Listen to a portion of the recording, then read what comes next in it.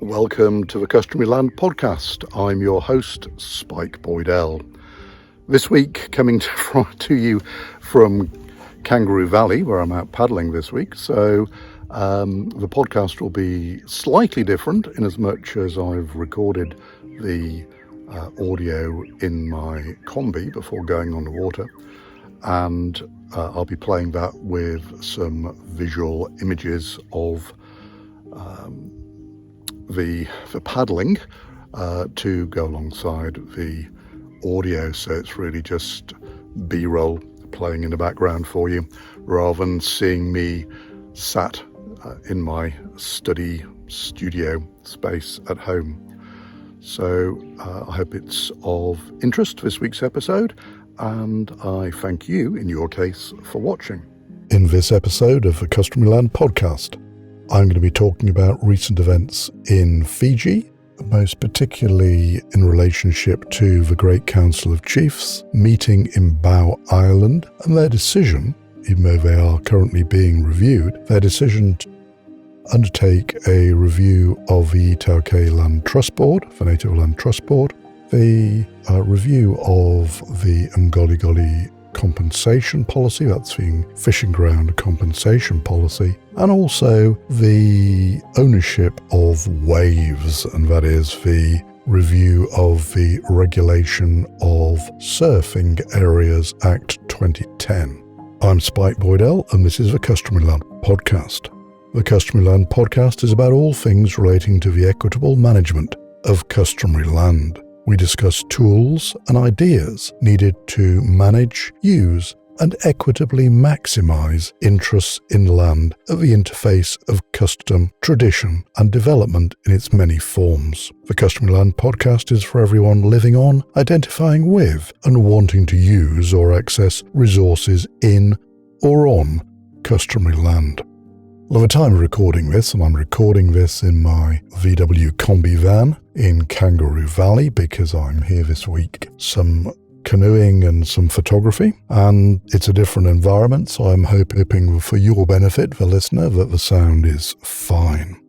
In the last week, we've had in Fiji Ratu Sakuna Day, or a week-long celebration of Ratu Sakuna. Now, is the person who actually initiated the iTaukei Land Trust Board, or the Native Land Trust Board as it was. Now, I've referred to this in previous episodes, and in the last week I've observed a very interesting presentation, specialist lecture by Steve Ratuva, Professor Steve Ratuva, who's a Pro-Vice-Chancellor at the University of Christchurch in New Zealand. And amongst the things that Steve said was that he was interested that the Great Council of Chiefs were going to be deliberating on, amongst other things, the iTaukei Land Trust Board, given that Ratu Sakuna actually established it with a view that it would be reviewed over the years. About 10 years ago, Ulai Bayer and I put a proposal out for some draft terms of reference for a review of the leasehold provisions adopted by the iTaukei Land Trust Board. We suggested they look at the substance and form of their leases, the implementation procedures, and the overall lease and licensing management as currently governed by the iTaukei Land Trust Board leases and licensing regulations to facilitate an orderly, fair, and just system for all dealings on native lands. We suggested that the review, should it take place, would look at lease terms, the management and ownership of improvements of native land. And you'll recall, if you've listened to my earlier episodes, where I talk about leases as being both a solution for customary land, but also something of a curse, the importance of understanding the management and improvements on native land. Now, it also looks, we suggested they look at the reliance on a percentage of the hypothetical unimproved capital value, which is the UCV, as a basis of rental determination, and also consider alternative valuation approaches. The current imperative to review the evolving role of the iTaukei Land Trust Board procedures arises within the context of the role of land-based development in contemporary Fiji. There's obviously a need to balance the land-based economic drivers of the national economy, such as agriculture, tourism and resource development, amongst others, on the one hand, and the needs and aspirations of registered landowning units on the other. Currently, the Native Land Trust Act, which has become an iTaukei Land Trust Act, takes effect subject to a minimum of 22 other acts, ranging from the Agricultural and Landlord and Tenant Act right through to the Surfing Decree, which I'll talk about in a few minutes' time. The review, we thought, needs to have regard to the international best practice, with particular sensitivity in dealing with Indigenous land. Now, importantly, the Great Council of Chiefs at the meeting on Bau Island last week highlighted the need to actually review the iTaukei Land Trust Board.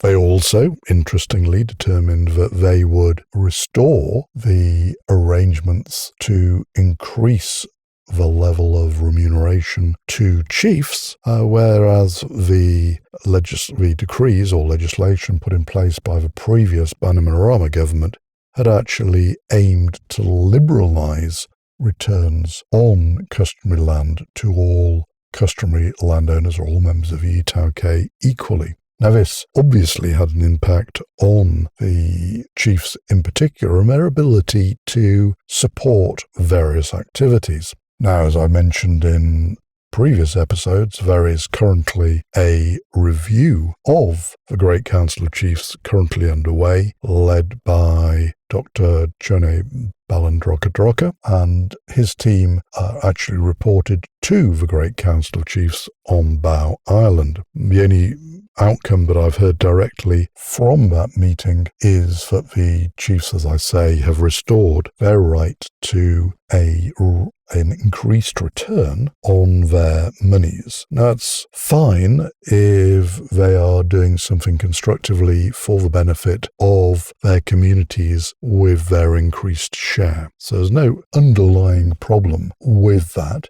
The only thing that I did pick up from Minister of iTaukei Affairs, Efremi Vasu, was that there was a level of use of what he referred to as the iTLTB, or the Native Land Trust Board, poundage, which is a really archaic term dating back to the British Empire as a taxation component. The poundage collected by the iTaukei Land Trust Board in their management of affairs for the customary landowners. Now, importantly, if you're running something like the iTaukei Land Trust Board, you have to have a level of revenue to pay for your lawyers, your property managers, your valuers, your GIS specialists, your record keepers, in order to effectively manage customary land. Now, if you play around with a poundage, as they refer to it, which I'm assuming here they're talking about the management fee, that will ultimately impact on the ability of the iTaukei Land Trust Board to properly undertake its roles and functions. So hopefully that will be adapted and reviewed and won't actually impinge on what I would see as their operating budget. Now, the other thing that came up was that there was a need to review the iQoliqoli compensation policy. Now, the iQoliqoli fishing ground compensation policy was something that Ulaibaya and I reviewed on behalf of the government, the then Bainimarama government, as consultants back in 2010. Now, Ulaibaya and I were commissioned to review the 1974 iQoliqoli (brackets fishing ground) close brackets compensation policy. Now, this policy governed the procedures pertaining to the compensation of iQoliqoli areas in Fiji. Now, the nature and extent of iQoliqoli rights are obviously customary based, and as such, principles of proprietary rights are not written or clearly expressed in a way that informs valuation protocols. All iQoliqoli areas were progressively recorded and mapped in the period from 1941, and identifying the iQoliqoli owners for a particular area is afforded a level of clarity. The evidence book, which complements the Ivola Nikawabula is actually accurate. That work informed Ulay's and my understanding of the plurality of registers, not just legal pluralism, but the plurality of roles and responsibilities, which I've touched on before, of understanding between that which is customary and that which is Western. And it was a productive project. We came up with 5 robust recommendations from it, or 5 suggested, should I say, approaches to valuation. Now, those 5 approaches were compensation tailored to the exact rights held by a particular iQoliqoli. Second one was to assume a set of property rights that are common to all iQoliqoli owners and then tailor market-based compensation to those rights. The third way was looking at a development-driven quantification model. The fourth was a negotiated agreement, but the one that we explored perhaps in more detail and subsequently expanded to resource compensation at a wider level in Fiji with our World Bank work was a hybrid arrangement for iQoliqoli compensation. And that hybrid approach was one of synergistic valuation.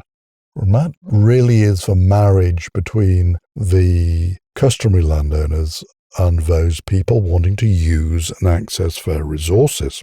Now, I'm not going to dwell too much because obviously that report was commercial in confidence, and aspects of it which will be revisited in coming months with the Great Council of Chiefs actually wanting to have a level of clarity.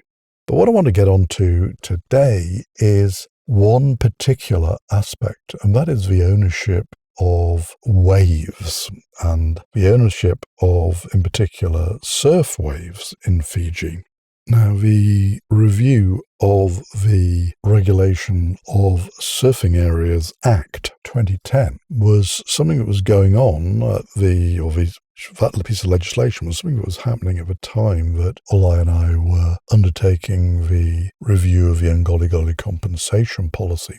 And what we identified was that the Regulation of Surfing Areas Decree, which became the Regulation of Surfing Areas Act 2010, liberalised access to surfing areas in Fiji for the purposes of tourism and recreation by virtue of Section 3.1b. Now, what it did was cancel or expropriated any prior arrangements in relation to the surfing areas and vested all interests in any surfing area absolutely in the Director of Lands for and on behalf of the state.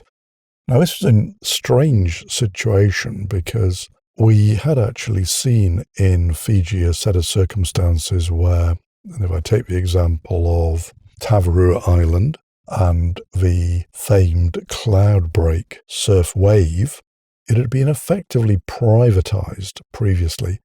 And this was privatized by largely American interests to the exclusion of others who wanted to use it. And this had gone on during the early 2000s. Bau Island was creating a level of exclusivity for Cloudbreak, which some say is one of the top 3, but it's probably one of the top 10 anyway, surf breaks in the world. And reportedly, Bau Island at that stage was utilizing staff on jet skis to actually try and stop other parties surfing that wave. So they could charge a particular premium and allow surfers, mainly from America and some from Australia, to come and have relatively exclusive access. Now, recently it's been said that was around $12 million worth of business came to various customary landowning groups as a result of this, which was seen as positive at one level, but the exclusivity became a privatization of an element of nature. And I've written extensively about this previously because it was quite an interesting dimension. Now, what happened in 2010 is the Bainimarama government recognized that this exclusivity, this privatization of an element of nature was problematic. So they actually swung the pendulum the complete opposite way and liberalised the access to the surf wave. And not just cloud break, but to all surfing breaks in Fiji, with a view to hopefully expanding and optimising tourism opportunities and to make Fiji a popular surfing destination, because it had had problems previously with people going to Fiji and not being able to get access. There had been sinking of various boats, supposedly from other tourism operators, and it all got very, very ugly and messy. So the Bainimarama government at one level undertook something which was seen as being a liberalisation. I think it's true to say that we did see greater access to the surfing waves in subsequent years. However, what was a bit weird was that there was no compensation. Customary rights were lost, for want of a better word, and you have to remember that with issues relating to the iQoliqoli, the fishing ground compensation doesn't just benefit those who front onto the beach, the lagoon, or in this case the surfing area, because iQoliqoli right and fishing ground rights expand to a different cultural dynamic, so that it may be there are people from, for want of an example, the Namosi Highlands in the interior are beneficiaries of customary fishing rights, the iQoliqoli rights, in a coastal area. And these are the tower relationships and the historic cultural relationships between those people who live on the coast and those people who live in the interior. So it isn't those who are just the neighbouring village. And this was the big issue, I think, with the iQoliqoli rights, the sense that tourism operators would just go and talk to a neighbouring chief and say, we want to privatise or close off a beach or whatever, and negotiate an agreement and allow people to swim, surf, paddle, fishing areas for recreation. Well, it isn't just for rights of an individual chief or a sort of specific community neighbouring a resort, because of these reciprocal rights to other members of the iTaukei in other parts of the country. So how do we go forward on this one? Well, what we saw was all under the Surfing Decree and therefore the Regulation of Surfing Areas Act of 2010, it went from a level of privatisation. The barometer swung, or the pendulum, should I say, swung the whole way over from that element of privatisation to one of liberalisation, excepting there was no compensation for the expropriation of any rights. And curiously, it didn't go to the Minister of Tourism, it didn't go to the Minister of Fisheries, it went to the Minister of Lands to have oversight over surfing areas. Now, at one level, that's great if you're running international events and you want to be able to, people aren't using the area if you've got a big international event running. And we've seen that with aspects of surfing competitions in recent years. But, I'll say, the pendulum has swung very far in the opposite direction. And so the new Rabuka government, and particularly the Minister of Tourism, Viliami Gavoka, has wanted to have greater clarity so that there is compensation where appropriate to the customary landowners, but there is also access and positive approach for tourism. So that is currently where we're at. And there is a review underway, or has been proposed, of the Regulation of Surfing Areas Act.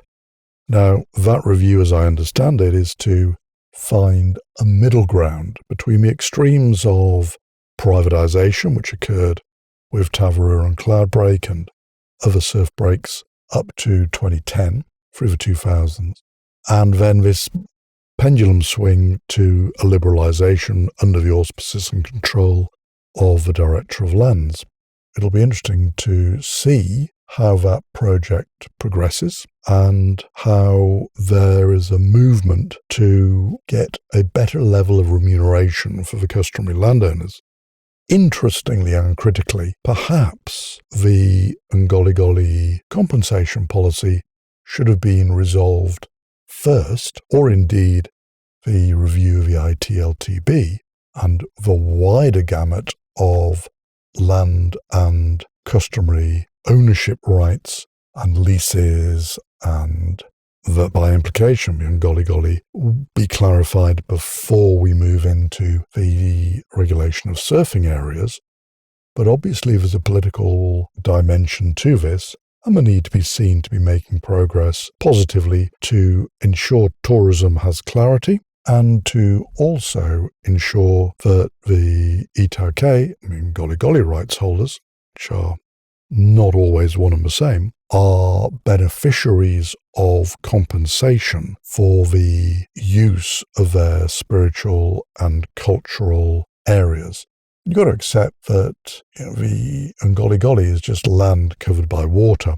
And so when we extend this to things like surf waves, they're a sort of, at one level, a gift from God, but on another level, they are creating an opportunity for customary landowners to generate gainful employment from something which they have had a long-term cultural and spiritual connection with.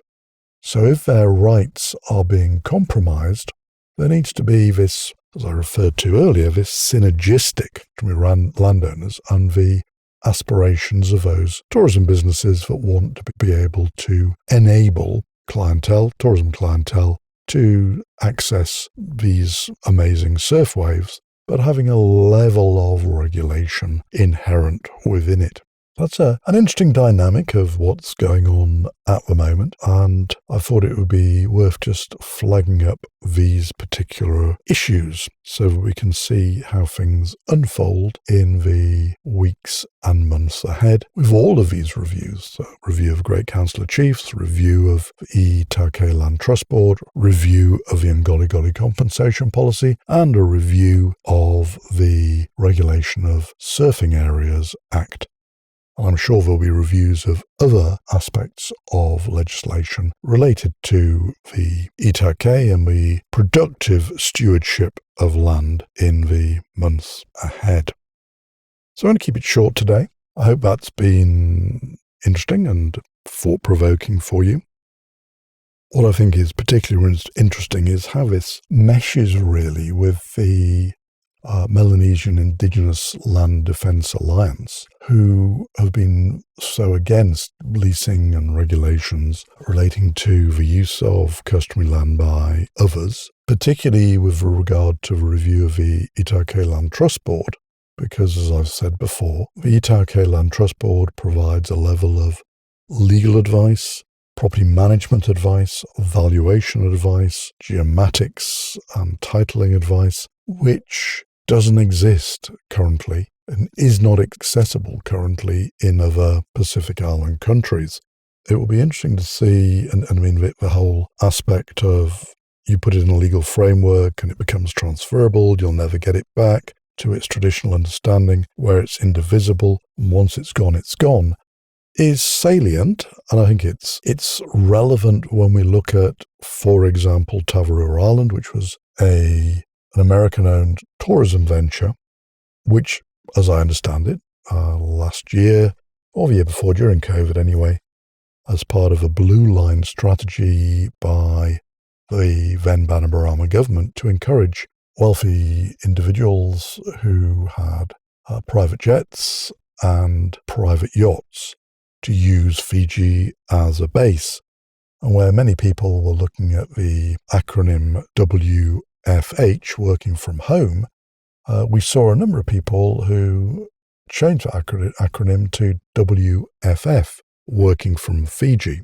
And importantly, perhaps within this whole dynamic of the review of the surfing areas, sort of a regulation of surfing areas, actually, I'd say, is the fact that a couple of islands relevant to the surfing, the Moti and Tavarua, actually changed hands around 2 years, 18 months ago, and are now owned by the CEO of Google.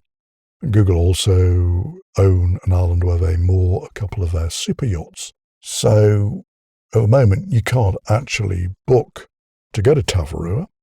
It's booked out for the next 12 months. That's hardly surprising, because if you are the world's third wealthiest super billionaire, as supposedly Google CEO is, then you wouldn't really want tourists. You'd want to be able to have the ability to have your friends and clients utilize the resources in Tavarua.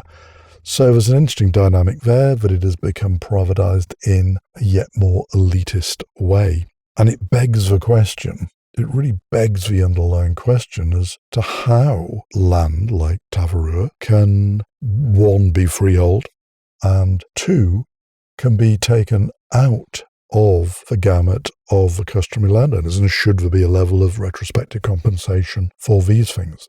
But it's been reported in the press, but it's not clear as to what level of financial deal was struck on Tavarua in its sale. But what is the situation of all these pieces of freehold in a country like Fiji? And other Pacific islands also have pockets of freehold interest, which have been created by the colonizers. And should there be a retrospective review of those to put it into the superior interest of the customary landowners and create it as leasehold over the future scenario? Something we need to come back to, I'm sure. But as ever, I'm going to close with my usual disclaimer, which is the views, insights and opinions shared on the Customary Land podcast are those of a host, any guests and others they may cite. They don't constitute legal or financial advice and should not be construed as such by any individual, group or organisation.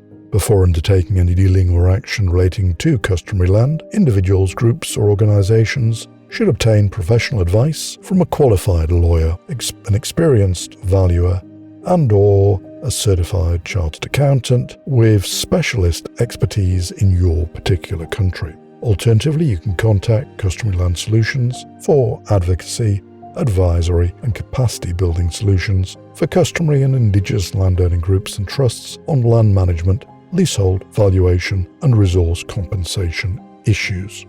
Customary Land Solutions can be reached by email at contact@customarylandsolutions.com. Well, I hope you found that interesting.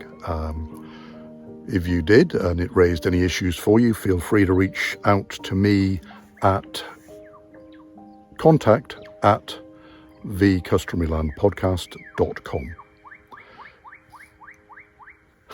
If you're interested in my paddling videos as opposed to my Customary Land podcast, that's available to watch at canoe_down_under on YouTube. Or just search for Canoe Down Under in YouTube and you'll find me. So until the next episode, stay safe, stay well, and thanks for watching.